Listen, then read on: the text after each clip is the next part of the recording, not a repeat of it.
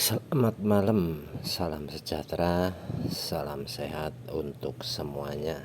Nah, ini saya akan sedikit mengulas bedanya apa itu metode, apa itu indikator, apa itu strategi.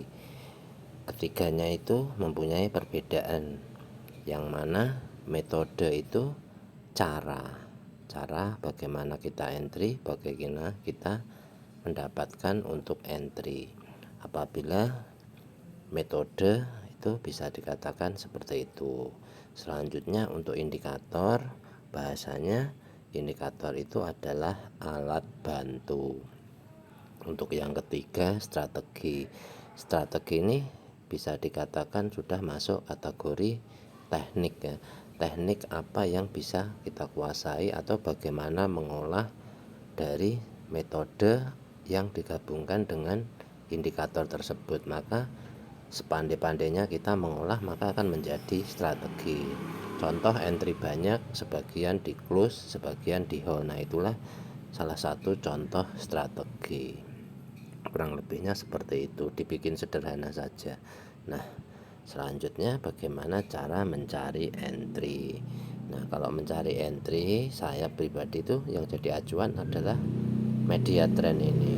Media trend yang membawa adalah daily. Apabila candle belum mampu membuat momentum, maknanya belum ada arah kemana akan dibawa. Nah, contohnya seperti ini. Di sini ada MHV. Targetnya adalah ke mid BB. Selanjutnya sama. Di sini terjadi MHV, maka mempunyai target adalah mid BB. Jadi pakai dinastinya Bollinger Band saja, yang mana apabila candle di bawah mid BB menargetkan low BB, apabila di atas mid BB menargetkan top BB. Ini sangat simpel cara ini. Nah, selanjutnya cara membaca candle ini. Ini candle hijau ini candle reversal. Selanjutnya candle yang merah ini candle retest. Jadi apabila entry pada daily, dia akan menunggu close-nya candle ini, candle merah ini. Jadi besok pagi entry-nya. Apabila tidak mampu melewati candle hijau, besok pagi entry buy gitu. Targetnya adalah terdekatnya mid BB, terjauhnya top BB sini. Nah, ini salah satu contohnya. Ini sudah bisa dikatakan kita menggunakan indikator alat bantu disatukan dengan atau dipadukan dengan teknik. Selanjutnya, apabila follow pada daily, maka cari entry di H4 atau H1. Bagaimana caranya? Cari apa yang ada di H4, ada setup apa di sana gitu.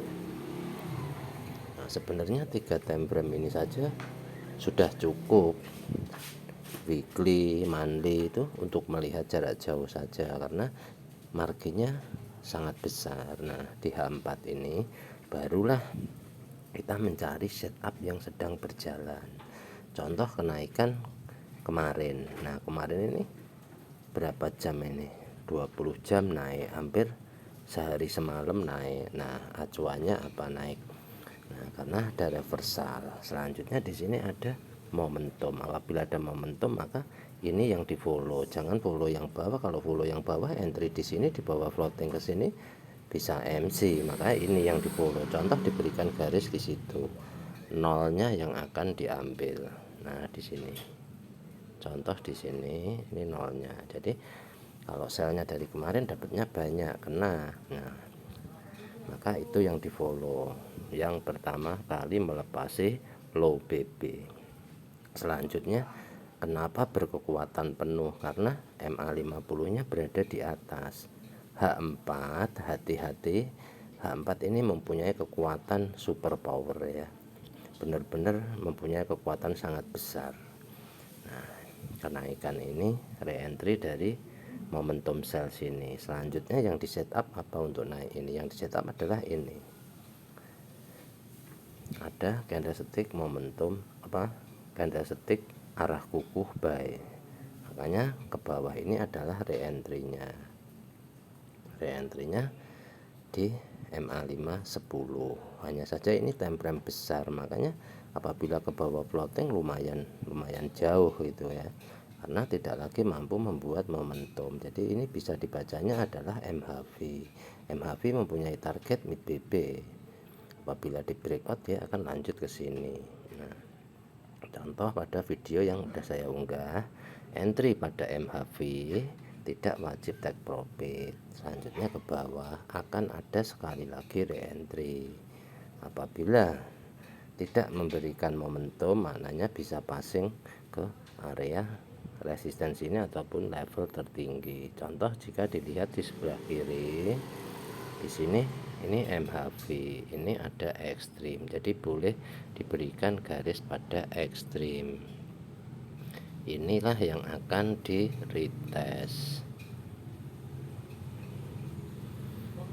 Ini setup H4 ini kekuatannya sangat besar, bisa memakan 3 candle itu bisa 12 jam. Apabila belum nyampe, dia bisa mampu 4 sampai 5 candle. Contohnya ini belum nyampe ke mid BB, bisa 4 candle. Selanjutnya penurunan ini memakan 3 candle. Ini sudah biasa seperti ini. Jadi entry kalau sabar tinggal memadukan candle-candle ini saja. Oh, H4 itu minimal 3 candle. Nah, dia akan ada respect di jam-jam malam memang ya, jam 20, jam 21. Apabila belum ada, pastinya jam 00 ataupun jam 1 seperti itu. Nah, kenapa tadi ada yang menanyakan H1 tidak ekstrim? Nggak bisa, H1 nggak bisa ekstrim karena yang melakukan re-entry adalah H4. Nah, H1 nggak harus ekstrim. Nih di sini nggak nampak ekstrim karena yang melakukan re-entry H4, cukup MHV. Nah, MHV sudah mendukung setupnya karena apa? Di M15 ataupun M30 pasti terjadi ekstrim. Nah, di sini terjadi MHV untuk di M30. Jadi MHV mempunyai target jisak, selanjutnya re-entry menargetkan momentum. Nah, berarti untuk ekstrimnya ada di M15. Itu cara mempelajarinya. Nah, di sini terjadi double ekstrim. Ketika M15 double ekstrim, time frame di atasnya nggak perlu ekstrim, MHV boleh entry. Ini adalah strateginya seperti itu, strategi entry-nya. Ini naik ke atas. Jadi untuk entry-nya H4 ini sangat santai sekali ya.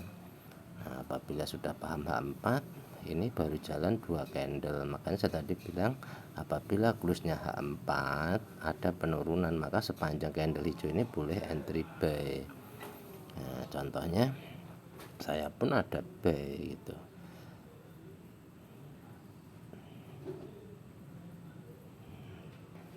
Nah, ini ada entry buy di sini menargetkan mid BB.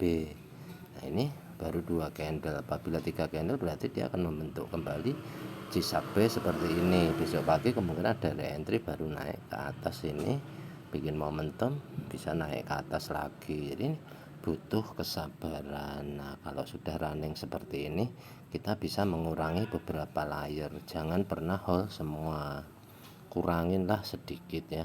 Yang penting kita bersyukur, kita bisa setup, kita bisa tahu kemana arah market berkat indikatornya BBMA. Bisa dipakai apabila menguntungkan, ya kita bisa pakai gitu. Apabila ada metode lain dan menguntungkan, boleh dipakai, enggak harus BBMA. Yang pasti BBMA ini wajib pula diperdalam. Yang mana belum paham, apabila teman-teman ragu menanyakan di grup, boleh berikan komentar pada kolomnya YouTube. Santai saja, saya akan menjawab apabila ada waktu luang. Entry H4 seperti ini butuh kesabaran, nunggunya juga lama. Kita kalau entry dari pagi di bawah ini 3 candle, ini lumayan banget ya. Open pagi nggak ada naik-naiknya sama sekali. Karena apa? Di sini di daily sedang retest ke bawah. Ini sudah tahu candle mau retest entry buy. Nah, ini sebenarnya melawan arus, akan tetapi kita bisa mencarinya di H4. Ada apa yang di H4? Inilah cara memperkecil time frame. H4 ini berkekuatan besar memang, kalau kita nggak tahu bisa MC di sini ya. Maka hati-hati, detailkan satu persatu. Ekstrim akan mati oleh ekstrim, MHV akan mati oleh MHV.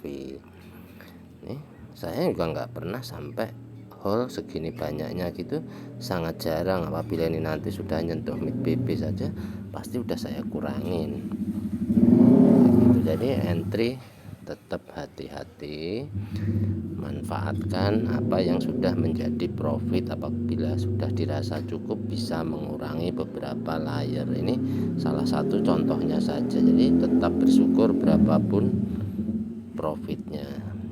Jadi profit ini karena kita banyak belajar dari semua kesalahan. Nggak ada trader yang nggak salah, nggak ada salah entry, berani cut loss, itu hal yang biasa.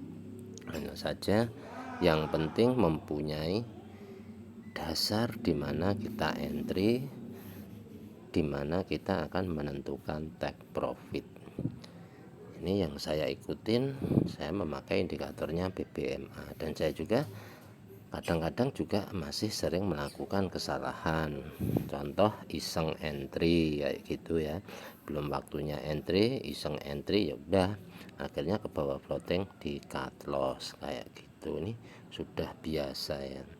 Hanya saja harus punya dasar. Contoh daily sini yang membawa tren adalah daily, maka sampai kapanpun ini yang saya gunakan.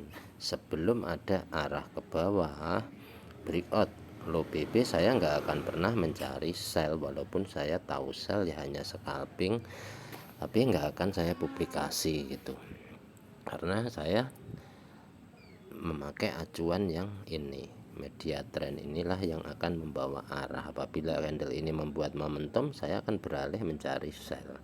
Sebelum ini di breakout low BB ini di breakout, saya nggak akan pernah nyari sell gitu. Nyari sell ya hanya iseng aja gitu, nggak sampai banyak-banyak, enggak, karena setup besarnya seperti itu.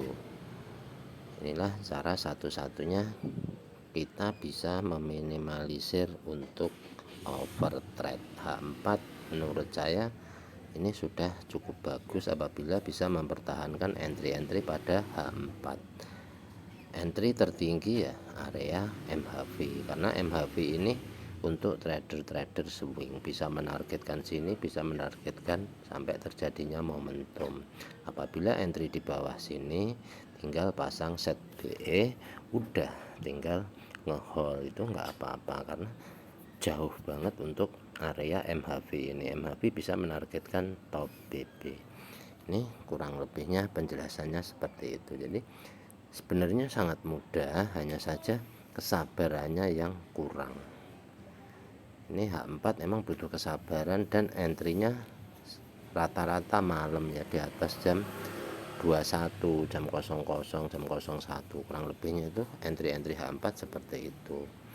Apa seperti news itu yang ngikutin apa yang berlaku di sini. Apalagi di sini ada setup apa, itulah yang akan terjadi. Kurang lebihnya seperti itu. Semoga membantu teman-teman yang mempelajari BBMA. Terima kasih.